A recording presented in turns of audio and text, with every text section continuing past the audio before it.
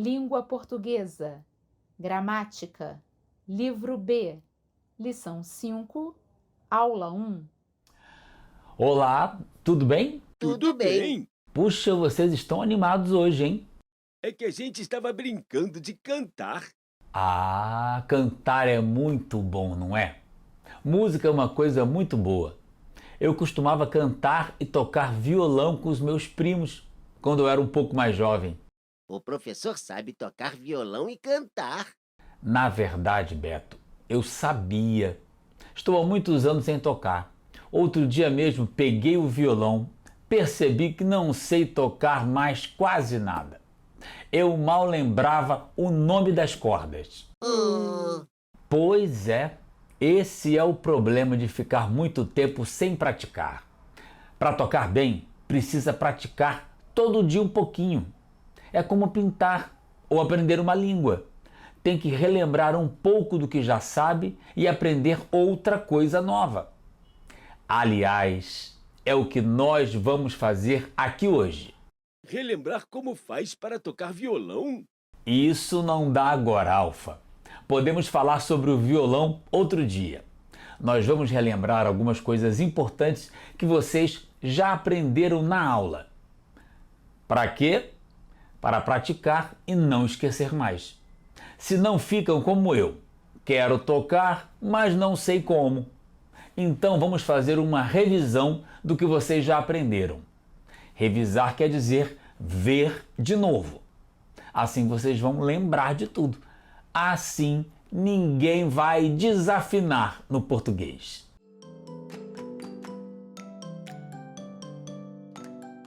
Nós acabamos de falar em cantar, tocar violão, por exemplo.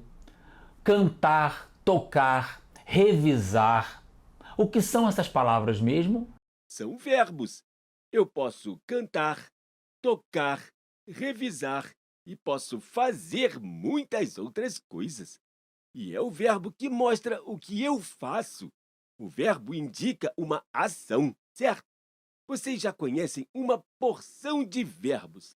Agora, quero que vocês inventem outros verbos. Inventar verbos que não estão no dicionário. Isso mesmo, Beto. Inventar verbos. Eu só peço isso para alunos inteligentes. Como sei que vocês são inteligentes, estou pedindo agora. Vamos lá? Olhem para a lista de palavras que estão no exercício 22, da página 70. Vamos lá. Vocês vão inventar verbos usando as palavras buza, luze, tinga, mupa, lope, sude, lede, tama, tume e zupa. Vocês vão falar e eu vou anotar. Lembrem-se, os verbos têm que estar no modo infinitivo, daquele jeito que eles aparecem no dicionário. Buza, buzar. Luze, luzer. Tinga, tingar. Mupa, mupar. Lope, loper. Sude, suder. Lede, ledir. Tama, tamar.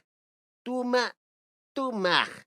Zupa, zupar. É divertido inventar palavras, não é? Vocês repararam em uma coisa? As palavras que vocês usaram para criar os verbos são bem diferentes, mas elas sempre terminam de umas poucas maneiras parecidas.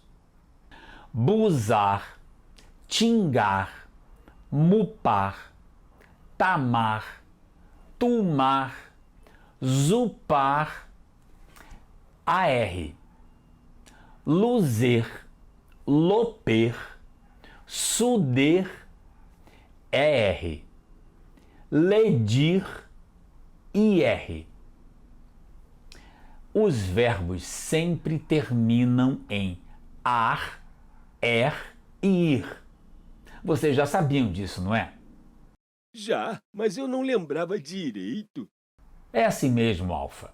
Vocês aprenderam um montão de coisas depois. É por isso que estamos revisando. as coisas mais importantes. Para acabar essa história de inventar verbos, vamos ler o quadro de dicas que aparece no final do exercício 22. A maioria dos verbos termina em ar. Alguns verbos terminam em er. Poucos terminam em ir. Apenas o verbo por e seus derivados termina em or. Os verbos são muito importantes na frase, não é? São! A gente aprendeu que eles são a parte mais importante e que algumas frases não têm nenhum sentido sem eles. É isso mesmo.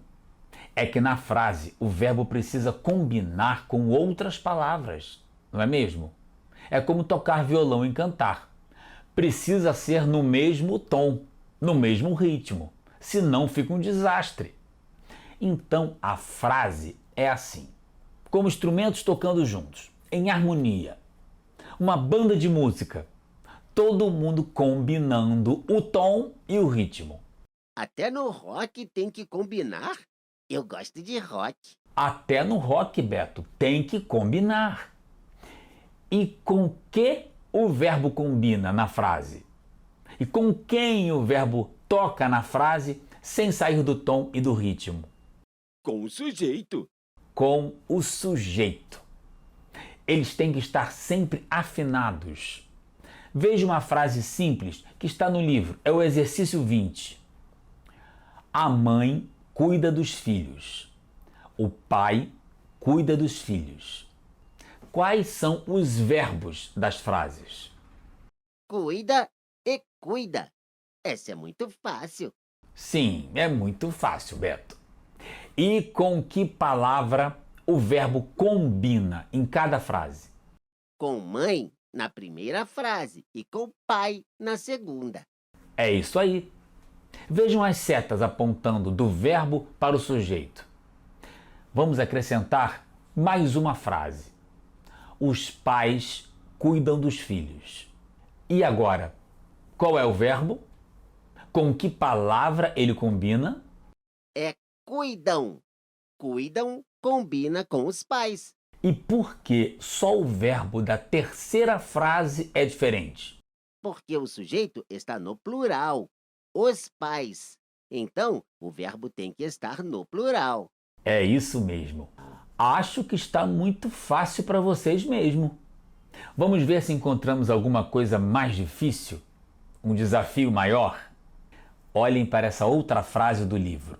Ela está no quadro verde do exercício 19.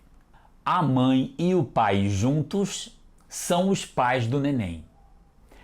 Qual é o verbo da frase? Com que palavra ele combina? O verbo é são. São combina com a mãe e o pai. São é um verbo no plural. Por que ele está no plural? Porque ele combina com a mãe e o pai ao mesmo tempo.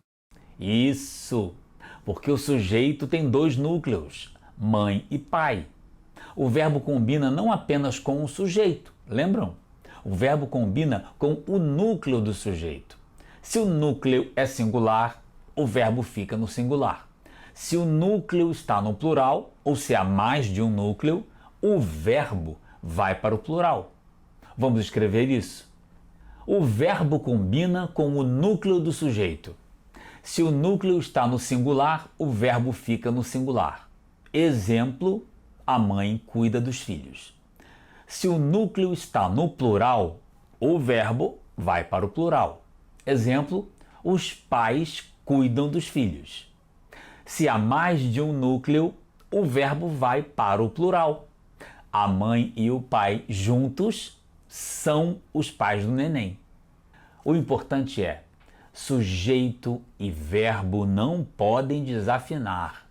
Precisam sempre estar no mesmo tom e no mesmo ritmo. Tem mais uma coisa que eu queria comentar nessas frases. A palavra pai aparece duas vezes aqui. Primeiro no singular, pai. Depois no plural, pais. Por que passa do singular para o plural? Na primeira, está falando só do pai. Na segunda, fala do pai e da mãe juntos. Isso! Na segunda frase, pais se refere ao pai e à mãe juntos.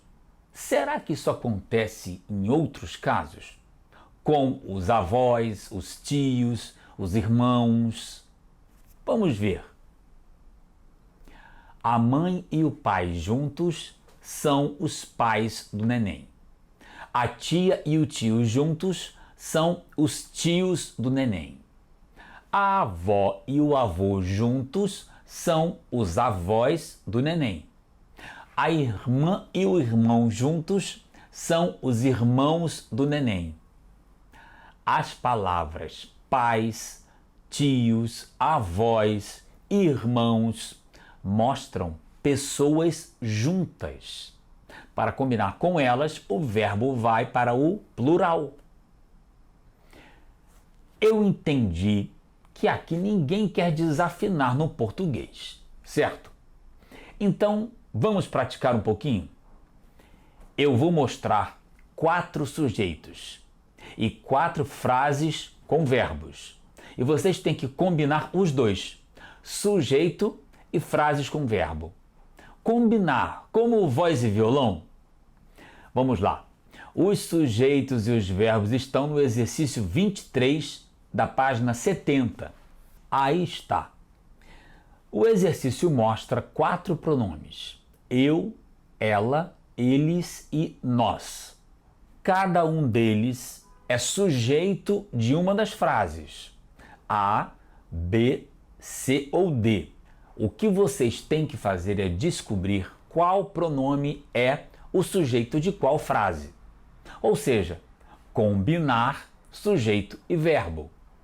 Vamos começar com o pronome eu. Eu pode ser sujeito de qual frase? Ele combina com o verbo de qual frase? A, B, C ou D? Eu não pode ser. Eu são, também não. Eu sou. Eu sou o neto mais velho. É a C. Bom trabalho, Beto! Bom, vamos para a próxima. Agora, o sujeito não pode ser mais o eu e a frase não pode ser mais se. Precisamos achar outras combinações. Tentem usar ela e descobrir com qual verbo ela combina. Ela é ótima mãe. Combina. É a. Perfeito! O pronome ela é o sujeito da frase. O verbo combina com o sujeito. É combina com ela. E eles? Com qual frase esse sujeito combina? Eles são meus primos. Eles combinam com a frase B. Eles são meus primos. Sujeito no plural, verbo no plural. Bom, só faltou fazer uma combinação. Vamos ver se nós combina com a frase D? Nós somos da mesma família. Combina. Deu para relembrar tudo que vocês aprenderam? Eu acho que sim. Afinal, vocês não desafinaram nenhuma vez na hora de combinar sujeito e verbo nas frases. As palavras combinaram direitinho, como os sons de instrumentos em uma orquestra. Agora vamos ver como vocês se saem com as palavras. Na hora de tocar cada instrumento separado.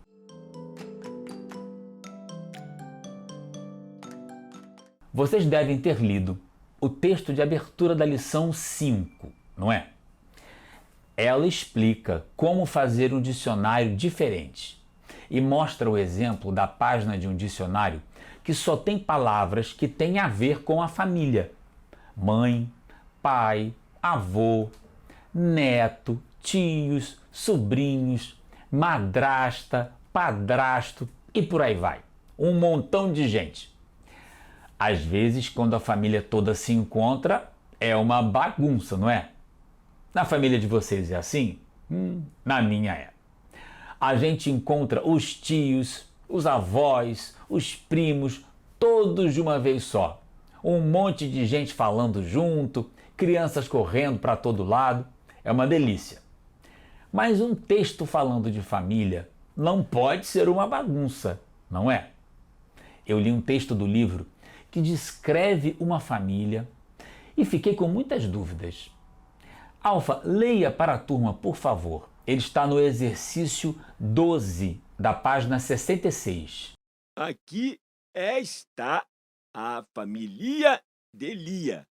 O Bebe e o Júnior, ele tem 3 meses e é o mais novo. O neném já bebe café. E a cara do avô. Tá muito difícil de ler assim. Tem muita palavra errada. Tem mesmo, Alfa. Mas leia até o fim. Estamos anotando todas as palavras erradas. A outra menina é prima. Ela é filha da tia. Ela brinca com o bebe da água e chã. O pai se chama Mário. Ele é viúvo e não tira os pés de casa. Gloria também é da família. Ela ficou órfã e o vovô Celio é o responsável por ela. A família de Valdete é grande. Um dia vou lhe mostrar o álbum onde está a vovó Abadia e o vovô Lúcio. Ufa! Que sufoco ler assim, não é, Alfa? Mas afinal, por que está difícil de ler? O que está faltando?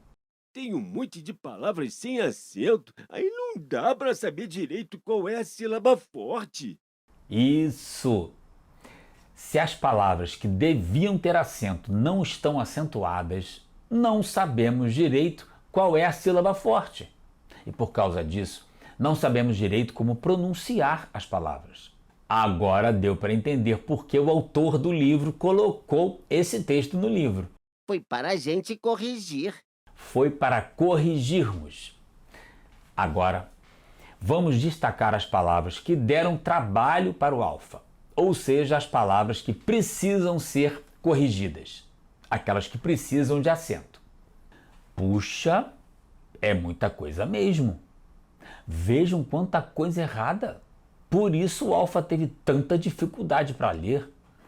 Bom, agora vamos colocar os acentos nas palavras. E o Alfa vai tentar ler o texto novamente. Aqui está a família de Lia. O bebê é o Júnior. Ele tem 3 meses e é o mais novo. O neném já bebe café. É a cara do avô. A outra menina é prima. Ela é filha da tia. Ela brinca com o bebê, dá água e chá. O pai se chama Mário.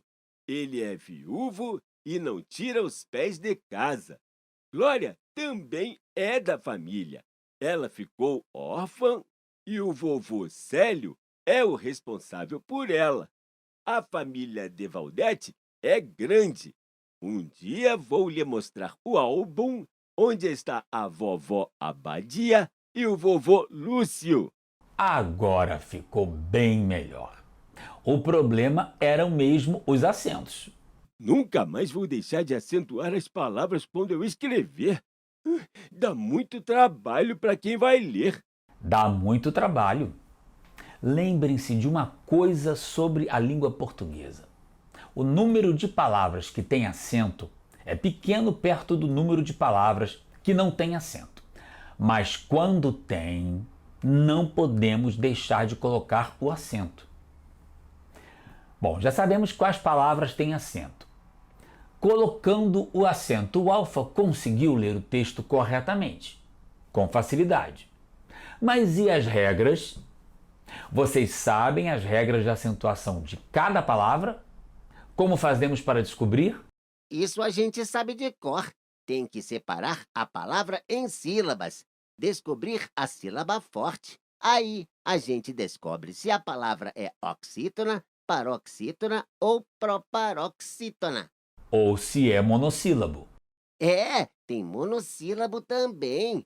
Aí, depois de descobrir se é oxítona, paroxítona ou proparoxítona, é só ver a regra de acentuação de cada uma. A explicação do Beto está tão boa que nós vamos escrever na tela. 1. Separar a palavra em sílabas. 2. Encontrar a sílaba forte para descobrir se a palavra é monossílaba, oxítona, paroxítona ou proparoxítona. 3. Consultar as regras de acentuação daquele grupo de palavras, monossílabas, oxítonas, paroxítonas ou proparoxítonas. É isso mesmo. É só seguir esses passos. Desse jeito conseguimos acentuar corretamente todas as palavras que precisam de acento. E deixar sem acento, acho que não precisam. Só uma coisa antes de fazer isso. O que são mesmo as monossílabas, oxítonas, paroxítonas e proparoxítonas? É onde vai a sílaba forte. Monossílabo só tem uma sílaba. Oxítona é quando a sílaba forte é a última. Paroxítona é a penúltima. E a proparoxítona é a antepenúltima. Isso aí! Agora vamos fazer o seguinte. Vamos pegar novamente o texto que falava da família da Lia. Aí está ele, com todas as palavras que acentuamos. Vamos seguir o passo a passo que lembramos para acentuar as palavras? Primeiro, vamos dividir as palavras em sílabas. Depois, encontrar a sílaba tônica. E descobrir se cada palavra é uma monossílaba, oxítona, paroxítona ou proparoxítona. Vamos começar pelas monossílabas. É, três, dá, chá, pés. Monossílabas. Por que essas palavras têm acento? Eu lembro que alguns monossílabos tônicos têm acento. Os que terminam em A, E, pode ter S depois do A e do S. Monossílabos tônicos que terminam em A ou E têm acento. Pode ser no singular ou no plural, ou seja, pode ou não ter S depois, como em três e pés. E por que três tem um acento diferente de pés? Porque 3 tem o som fechado, então tem acento circunflexo. E pés tem o som aberto, por isso tem acento agudo. E se trocar? Vamos ver? Três, três. Pés, pis. Não dá certo. Precisamos usar o acento correto. Agora vamos para o quadro de oxítonas. Está, bebê, café, avô, vovó, neném, também. Oxítonas. Por que essas palavras têm acento? Elas terminam em A, E e O. Oxítonas terminadas em A, E e O têm acento. Correto. E neném e também. Oxítonas terminadas em também são acentuadas, no singular e no plural. Viram como é bom revisar o que já aprendemos? A gente lembra de muita coisa. O próximo quadro é das paroxítonas. Essas é casca, quer dizer, é mais difícil, Por que você acha isso, Alfa? porque tem mais regras. Não sei se lembro de todas, mas eu lembro que precisa ficar atento às últimas letras das palavras. Vamos ver.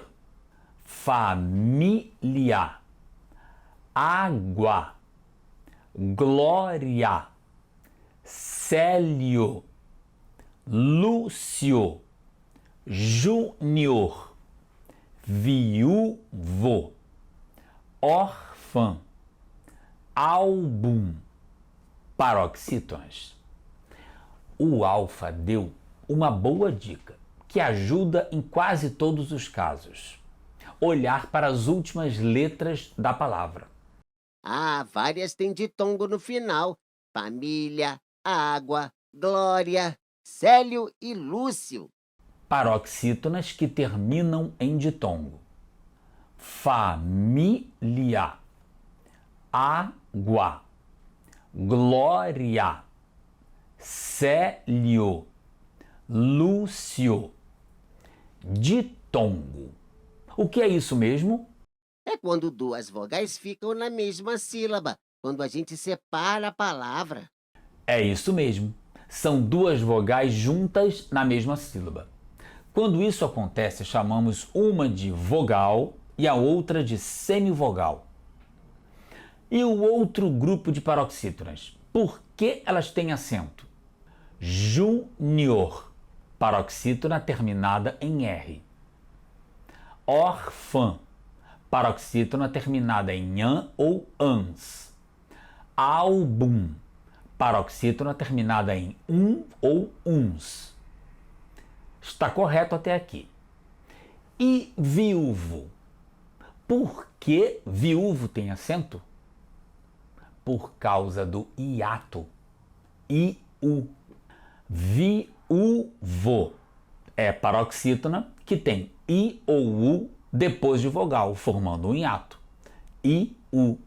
O hiato acontece quando duas vogais que estão lado a lado na palavra ficam em sílabas diferentes.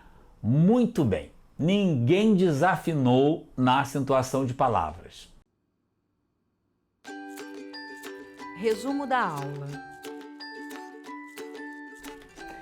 Hoje foi dia de relembrar muitas coisas importantes. O que foi? É assim que se escreve verbos. Para que os verbos servem nas frases? As terminações dos verbos no infinitivo. Ar, e ir. Sujeito e verbo. O verbo sempre combina com o núcleo do sujeito na frase. Núcleo do sujeito no plural, verbo no plural. Se o sujeito tem mais de um núcleo, o verbo também vai para o plural. Em correto, acentuação de palavras.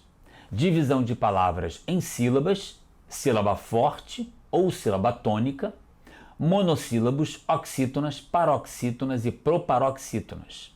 Regras de acentuação de palavras. Dever de casa. No dever de casa, vocês vão treinar um pouco mais do que nós vimos na aula de hoje. No exercício 21, a concordância entre sujeito e verbo. E no 13, a acentuação de palavras. Caprichem! Até a próxima aula!